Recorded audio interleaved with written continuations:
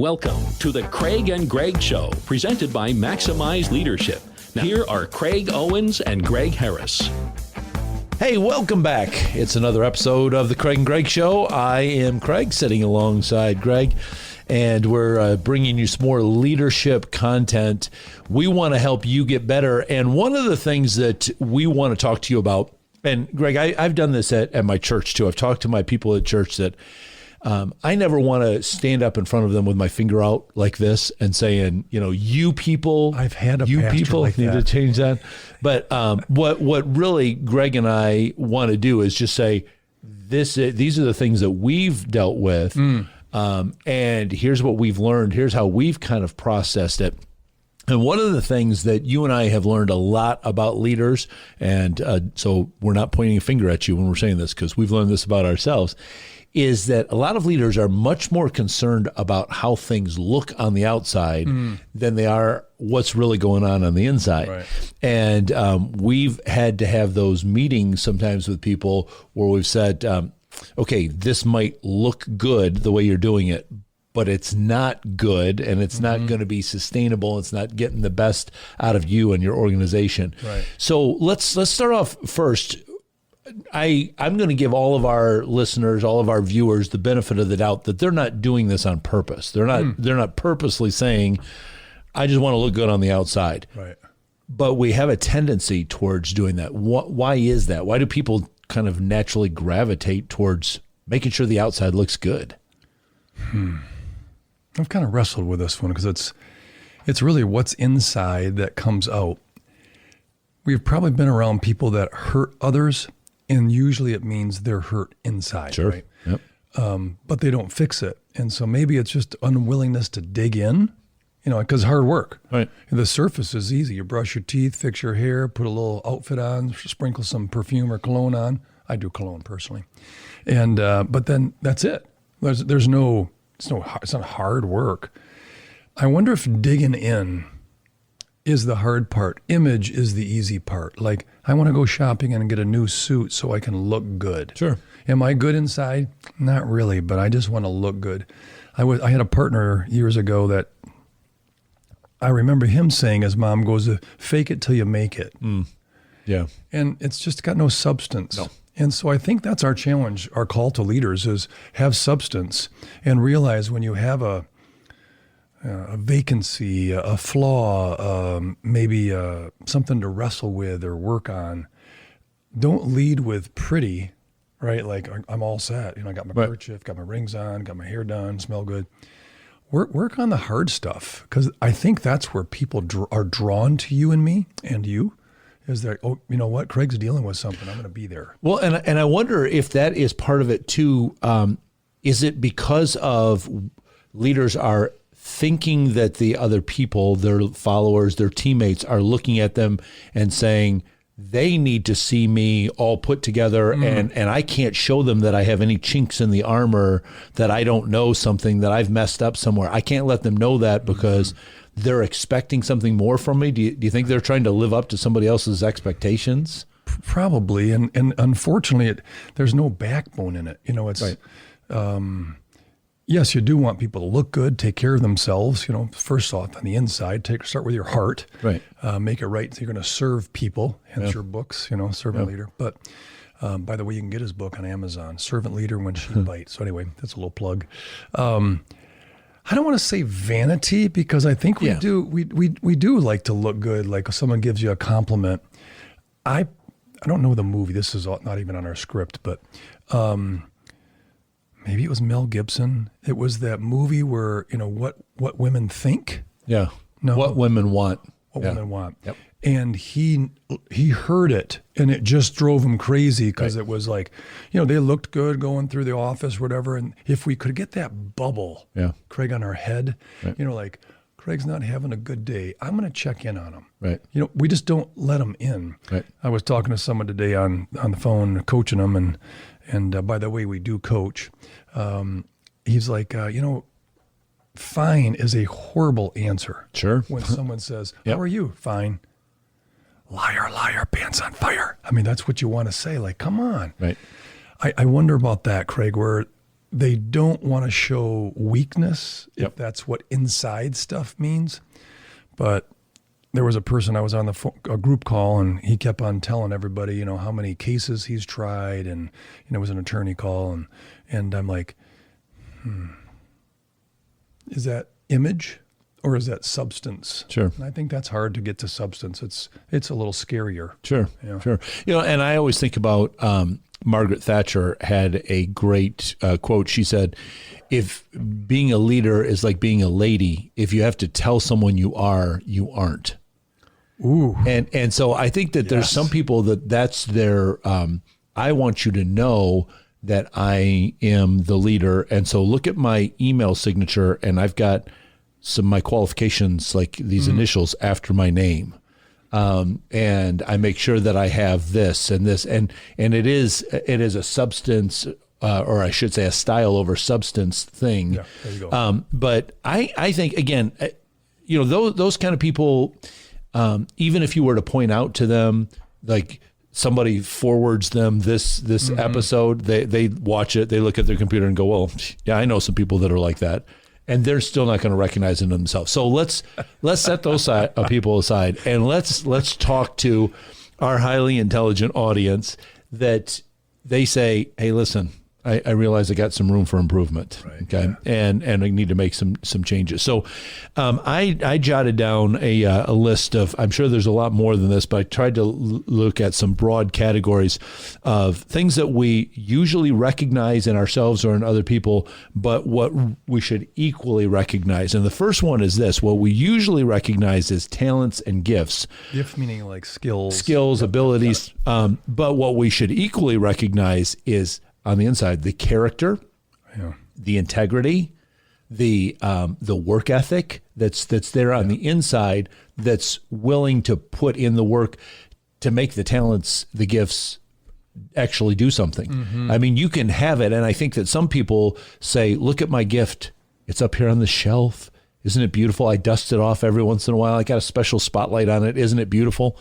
Yeah, it's just sitting there. Right. And we're more interested in the people that are saying, yeah, I have a gift, but boy, I need to work at it. I need to polish it. I need to. So as leaders, let's talk about this in two categories. Let's talk about, first of all, in ourselves as leaders, how do we make sure that we're doing the inside stuff, in this case of integrity and character? And then let's look at the other side. How do we call that out? How do we recognize that in the people around us? Character. I don't think someone's given character. No. I think they get character when they're in situations where character is required. Yes. It's definitely a forged in the fire thing.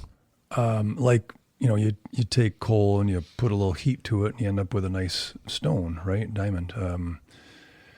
Metal, hard. You put a little heat to it and you can form it and mold it to something that you can use, So I think that's one of the biggest things. So someone could have a gift, like let's say you play basketball, you can dribble both hands very well, left and right. You're ambidextrous. It's not something that you charactered. It's something that you were gifted with, and you had to work at it maybe. Sure.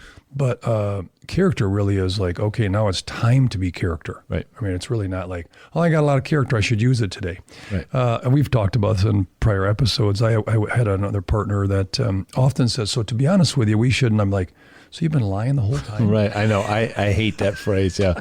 It's such a corny one. It's like, oh, so Pinocchio, now you're legit. Right. So I don't know.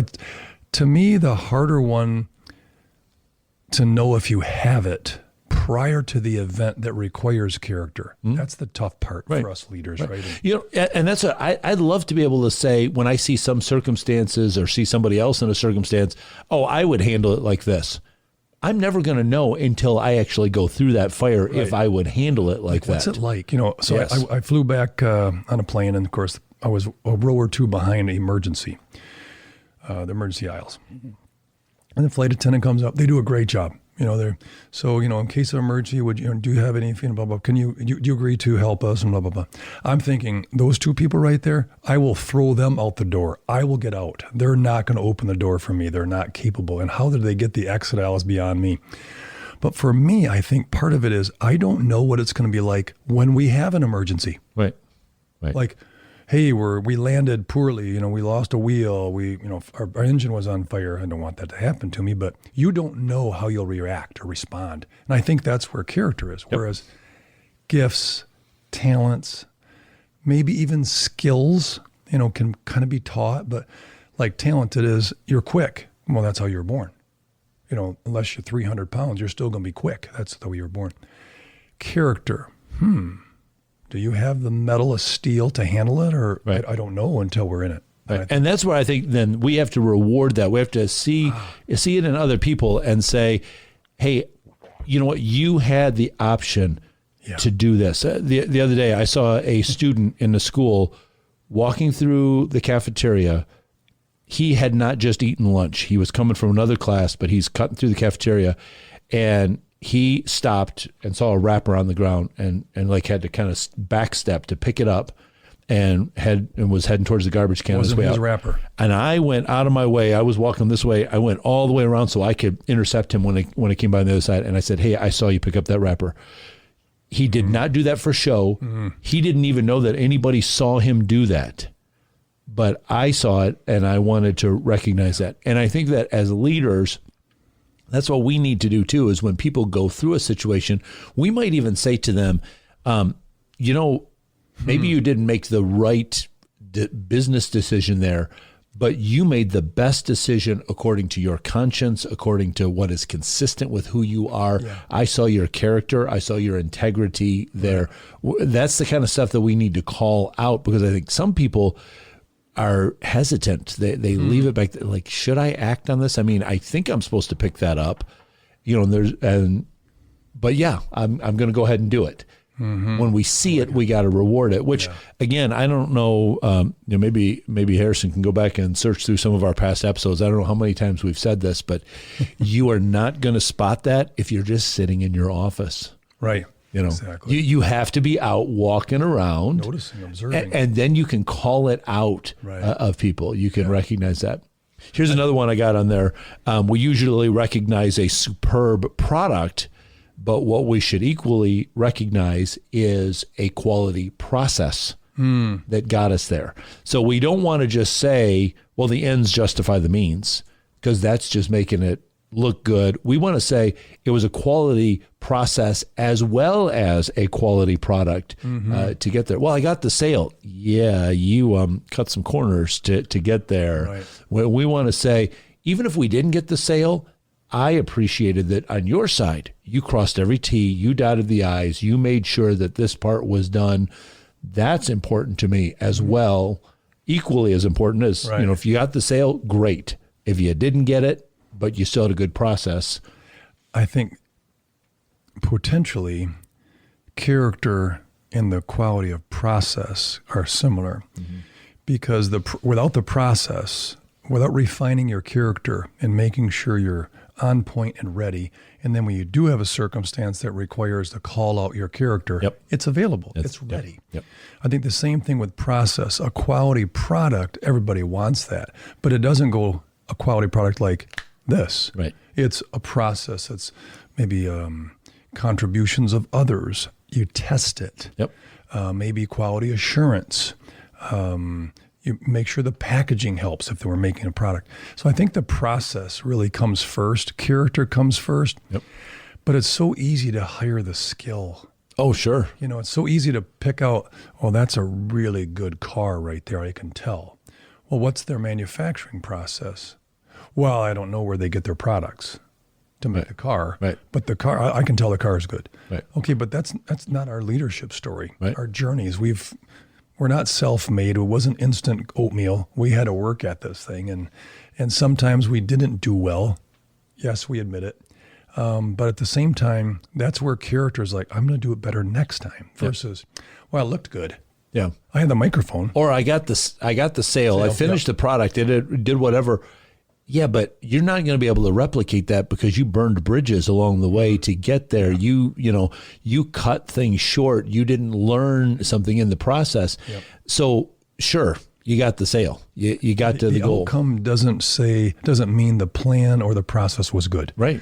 It might have been just lucky. Well, Right. I've had that Yeah. before. Yeah. I've admitted that now. Yeah. I think that the process is really, but maybe we just don't want to wait. Oh, sure. We love, hey, look at our product. So, how long was that in R&D? R&D? I didn't do any R&D. I just tried. And Yeah. So I think that's a tough one because we're talking about humanity, right? We're not talking machines or robots. Right. And we'll be inconsistent. We're Sure. we're pretty chemical. We're pretty fluid. Whereas a machine is, Right. it's kind of hot. So, yeah. Yeah. All right. Got another one here. All right. Excellent performance Boy. on the outside. Excellent discipline on the inside. Yeah, I think if we can use sports as an analogy, there was one basketball player that said he didn't like practice. Yeah. And there's another basketball player that said the only reason I'm good today is because of practice. Yeah. And they're quite different in their, accomplishments. Right. But practice is boring, right? Process is boring. Planning is boring. Oh, yeah. But it sure elevates the probability of consistent Yep. excellence. Yep. I like the word performance that you use. What did you pick that? Performance? Yeah, excellence in performance. Yeah, well, I mean, I think, Broadway. yeah, well, so I see some people, like I always remember when doing a day-long training with my staff, and when we were at like the lunch break, one of our newer employees had come up to me and said, man, this is great. I've already gotten so much out of this. I said, well, great. And someday I'd like to do this. I said, you'd like to do what? Well, I'd like to be the one up here, making the presentation. Okay. And then I just went on, and then he came back again, and he's like, do you think I could do that someday?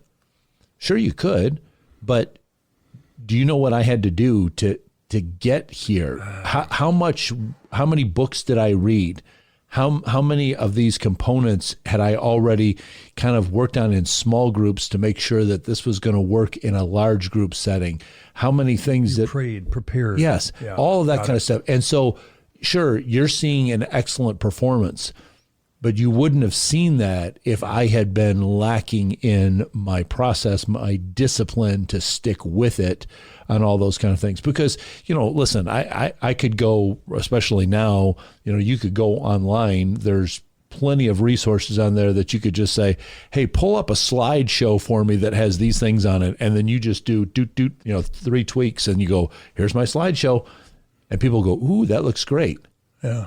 There was no discipline in your life to get there. There was no real work at that other than pulling up a few search things, So I just like the performance one because it's almost like, I won't go too far, but I think when people are performing, their inconsistency will show. Oh, yeah.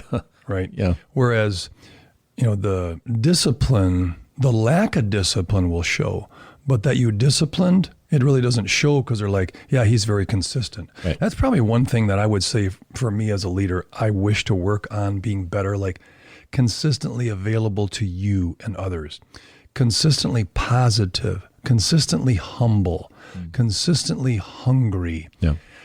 Just more consistent. And that comes from discipline, not performance. Right. I went to a comedy show downtown this past weekend, and I thought, that was a good performance. That's right, they're actors. Yeah. That's not who they really are. Right. They come up and they make a few jokes, and you think, I'd like to have coffee with him. He's probably not that guy. There's few that are, like I would think of John Candy, passed away. He would be that guy consistently. A Robin Williams consistently. But you think, I think it's just performance. Yeah. And if he's in a little mood or he's not interested, you're just like, well, I kind of like that comedian, but I saw him in the airport. He was kind of mean. Right. You're like, I already heard this bit. You don't have anything else to share? Yeah, right. So you don't have any new material to try on me? Right. Well, I was looking at a couple of things that you had jotted down. Well, what about appearance and stability? Well, I think I think we kind of covered Sorry those, about but that's all right. You had talked about in here that if we ignore the inside stuff, Yeah. okay, if we ignore it, what is the inevitable result. What's going to happen? First of all, us as leaders, if we're not taking care of the inside stuff, what's eventually going to happen to our leadership on the outside? To crash and burn. Yeah, you're just going to, your circle of influence will be less, your impact will be less if you have one. I have found that if I'm not constantly pressing myself to raise the bar, the leaders around me don't just like stay below my lid of where I am. They leave. They're like, they vacate. Yeah, they're like, you know what? We've heard this before. You don't have anything new. Right. You're not growing, and you've probably run into this. Maybe you've run into this where like you catch up with a friend you haven't seen for a couple of years, and you're like, hey, what's going on? And they start telling you the same story. You're like, when we were together a couple of years ago, this is the exact same story you told me. Yes. So you haven't grown at all. Nothing in your life is expanding. I think for us leaders, one question to ask, so what's new? Tell me what's new. Yeah. Because it kind of triggers, well, I can't tell them about my favorite dog, my golden retriever, because I've had the dog for 10 years. That story is not going to work. Right. What's new? Well, and that's to me something on like, where's your drive to be like, and we can take this even as a faith or a Christianity. Renew yourself. Yeah. You got the verses memorized. It's just like, how do we renew ourselves? And I think every season there's a chance to renew. Yep. Get rid of some stuff, add some things. But that's part of excellence. Well, let me give you. Yeah. I actually just read something. It was just the other day in my daily Bible reading that goes along with this. That a lot of people talk about. Can I just interrupt you? Sure. That helps your inside. Oh, for sure. Yes. Romans chapter 12. A lot of people talk about this passage that, as it starts off, to present your body as a living sacrifice, and then your mind can be transformed and renewed. Well, right on the heels of that, right after that, Paul says this: don't think of yourself more highly than you ought to. And that's really a part of putting yourself on the altar, is saying, I don't have it all figured out yet. Yeah. Did I learn something? Sure, I learned something. Was I able to help some people? Yep, I helped some people. But I need to learn more. There's more people that I could help. There's more things I need to learn. There's more places that I need to humble myself. Like you used the word consistency earlier. I need to be more consistent in doing that. And so not only, I think, on the outside does our leadership begin to crumble, but I always think about, too, what kind of trajectory am I putting people on around me if all I'm doing is praising them for how it looks on the outside? If I'm just doing that, then I've put them on a trajectory that they just say, all I have to do is keep up appearances. You talked about kind of appearance and the trajectory. So there was a guy that I worked with. He was in leadership. Sometimes he wasn't a leader, but that's another challenge for us, right? And if he didn't know what to say, I like your shirt. It's 42 years old. It was my grandpa's. I mean, they don't even know. Right. You know, instead of saying, I really like how you handled that situation with your teammates. Right. No, that's too hard of a compliment, I guess. Or they're not even watching. I don't even know what they're doing. Well, that's probably more likely. Yeah. So just walking through by the hallway you pass, I like that shirt. Mm-hmm. His comment was, love your tie. And he walked on. I could have had gangrene, gout, and a patch on my face with a sore eye. He would have known nothing. Right. He would just, I like your tie. Oh, thanks. Right. But why can't we give a compliment, or why don't we notice the inside, the substance? Well, it's just easy to say, love your shirt. Yeah. I think your shoes are awesome. That new car you got is beautiful. Yeah, I'm kind of struggling though. Yeah, I love that car. You didn't hear that I was struggling. I know. Well, listen, it does take somebody in your life that loves you enough to tell the truth to you. Yeah. And I think that there's an old Gaelic proverb that says that the best mirror is in a good friend's eye. Somebody that, because I see you differently than you see yourself. Right. And that's how we come to help in your organization or help you individually in coaching, because we've got some perspective that you don't have, and we're not coming in with certain baggage or understanding of maybe what's going on in your organization. We bring in a fresh perspective. So we want to help you maybe spot one of those blind spots where maybe you've been focused on the outside instead of the inside. So please check out, Greg mentioned earlier that our coaching, but check out maximizeleadership.com. There's a tab on there that says coaching. You can meet some of our coaches on there, but especially on there, fill out that form and say, this is what I'm interested in, or this is what I'm struggling in, or I'd like to get better here. We're going to look through that, and then we will recommend one of our coaches, or maybe we'll say we've got another option for you that you ought to consider. But if you're ready to go to the next level, if you want to work more on the inside stuff, you need somebody else to help you. So let us help coach you to that level. These podcasts that we bring you to largely come from ideas that people have shared with us. We've come on things that say, hey, that's great. Somebody asked me this question. Let's talk about that a little bit more. So you got something that you'd like us to talk about, leave a comment below. Reach out to us on X at Maximize Podcast. There's a lot of different ways to get in touch with us, but let us know something that maybe you'd like us to cover, and we would be happy to put that in an upcoming episode. We're here to resource you, because when you get better as a leader, everybody around you is going to get better. And when we start doing that, pretty soon we're going to change the whole culture around us to a better place. So let us help resource you. Stay tuned. We got lots more wonderful content coming your way real soon. Get in touch with Craig and Greg through Twitter at Maximize Podcast or at MaximizeLeadership.com. Be sure to subscribe so you don't miss any episodes of The Craig and Greg Show.